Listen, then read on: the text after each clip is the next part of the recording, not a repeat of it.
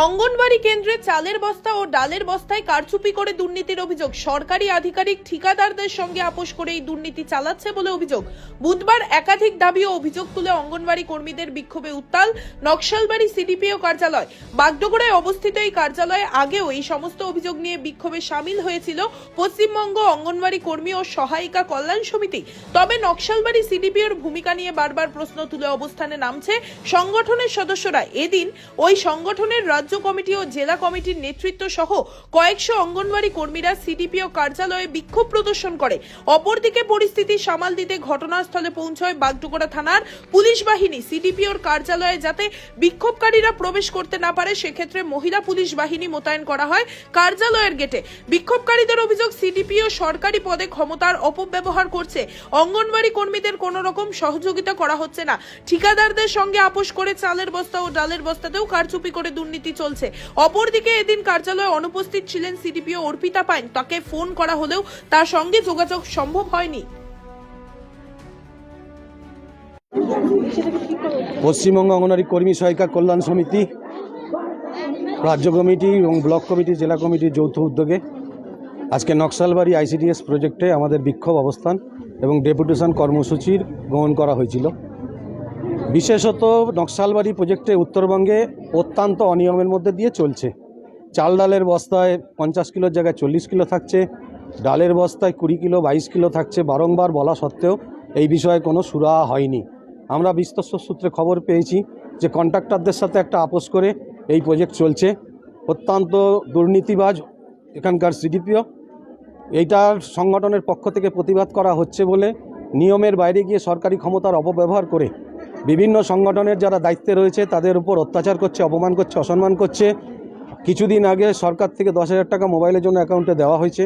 সেই মোবাইলের বিষয়ে একটা ডিক্লারেশন ফর্ম দেওয়া হয়েছে, যেটা আমাদের সংগঠনের পক্ষ থেকে তার বিরোধিতা করেছি। কারণ তার মধ্যে যে শর্তগুলো রয়েছে, একজন নারীর পক্ষে, একজন মহিলার পক্ষে যারা সম্মানজনক কাজ করছে সাম্মানিক ভাতার বিনিময়ে, তাদের কাছে অত্যন্ত অসম্মানের। বিশেষত 10,000 টাকা যেটা দেওয়া হয়েছে, যে ফোনের ক্রাইটেরিয়া বলা হয়েছে ওই 10,000 টাকা সেই ফোন হয় না। তাদেরকে ব্যক্তিগতভাবে কিনে নিতে বলা হয়েছে, যা রিটেল দোকান থেকে কেনা সম্ভব নয়। 10,000 টাকা দিয়ে পাইকারি রেটে বা টেন্ডার করে যদি কিনে দিত তাহলে হয়তো সম্ভব ছিল 10,000 টাকায়। কিন্তু 30শে নভেম্বর পর্যন্ত মুচলেখায় সই করে জমা করার কথা ছিল, বিল দেওয়ার কথা ছিল। আমাদের সংগঠনের পক্ষ থেকে আদালতে কেস করা হয়েছে, আদালতে কেস চলছে।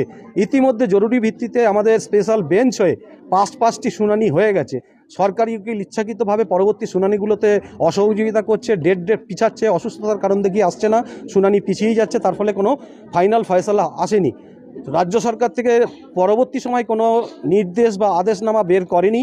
তৎসত্ত্বেও এই নকশালবাড়ি প্রজেক্টের মতো কয়েকটি প্রজেক্টে কর্মীদেরকে ভয় দেখিয়ে জোর করে ফোন কেনানো হচ্ছে, বেশি টাকা দিয়ে বিল জোর করে নেওয়া হচ্ছে, মুচলেখায় জোর করে সই করানো হচ্ছে।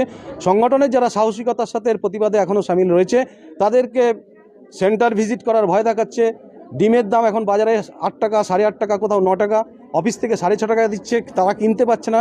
তাদেরকে জোর করে সেই ফোন কেনাতে বাধ্য করা হচ্ছে, কারণ তারা নিজেদের পয়সায় কিনে কিন্তু সেন্টারগুলো সচল রাখে। পরে 2 মাস 3 মাস 4 মাস বাদে বিল পায়।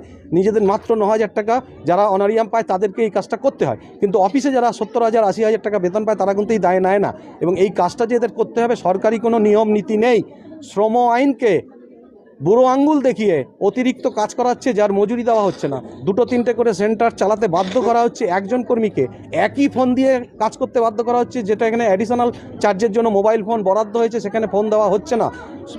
যাকে তাকে যেরকমভাবে কিছু নিয়মের বাইরে গিয়ে শোকজ করছে, ক্ষমতার অপব্যবহার করছে, বদলি করে টাকা নিচ্ছে, নানা রকম দুর্নীতির মধ্যে কাজ এই অফিস চলছে।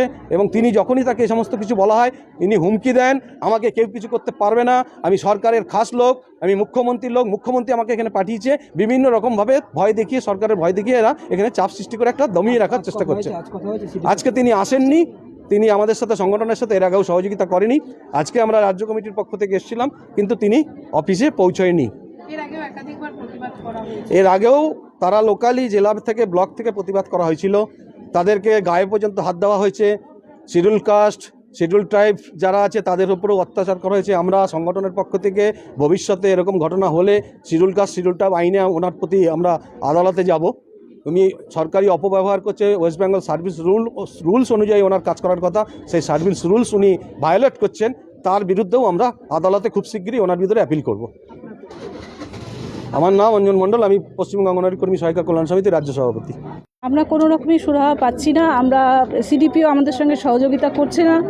আমরা এর আগেও এসেছি, আমাদের এখানে 17 জন কর্মীকে শোকজ করা হয়েছিল। সেই শোকজের উত্তর যেদিন আমরা দিতে আসি সেদিনকে সাংগঠনিকভাবে আসা হয়েছিল। আমি যেহেতু রাজ্য কমিটির ওয়ার্কিং প্রেসিডেন্ট, সেই হিসেবে তাদের সাথে আমি এসেছিলাম। এখানটায় আমাদের সঙ্গে খুব দুর্ব্যবহার করা হয়েছে, মেয়েদের গায়ে হাত তোলা হয়েছে, একজনের হাত মোচকে দিয়ে তার ফোন কেড়ে নিয়ে তাকে মানে আমাদেরকে আমরা যেহেতু সাংবাদিক কর্মী, আমাদেরকে সম্মানটাই দেওয়া হচ্ছে না। আমরা চাইছি বারবার যে আমাদেরকে অন্ততপক্ষে সম্মানটা অন্তত দেওয়া হোক, কারণ 9,000 টাকায় আমরা কাজ করছি, 9,000 টাকায় আমাদের সাম্মানিক ভাতা। তার পরিপ্রেক্ষিতে আমরা এত কিছু করে যাচ্ছি শিশুদের জন্য, মায়েদের জন্য, কিন্তু আমরা যে সম্মানটা পাবো সেই সম্মানটাই আমাদেরকে দেওয়া হচ্ছে না। আজকে তারই প্রতিবাদে আমরা এখানে এসেছি। পুলিশের হুমকি দেওয়া হয়েছে? হ্যাঁ, আমাদেরকে পুলিশের হুমকি দেওয়া হয়েছে। আজকেও প্রচুর পুলিশ, আমরা আসার আগ থেকেই পুলিশ এখানে দাঁড়িয়ে আছে। মানে আমাদেরকে এমন মনে হচ্ছে যে আমরা অঙ্গনওয়াড়ি না, আমরা কোনো আতঙ্কবাদী সব চলে এসেছি, এরকম। কি চাইছেন আপনারা? আমরা আজকে এখানে সিডিপিও আসতে হবে, আমাদের কথা শুনতে হবে, সেই দাবি রাখছি। আপনার নাম? আমি মৌসুমী ঘোষ, পশ্চিমবঙ্গ অঙ্গনওয়াড়ি কর্মী সহায়িকা কল্যাণ সমিতির ওয়ার্কিং প্রেসিডেন্ট।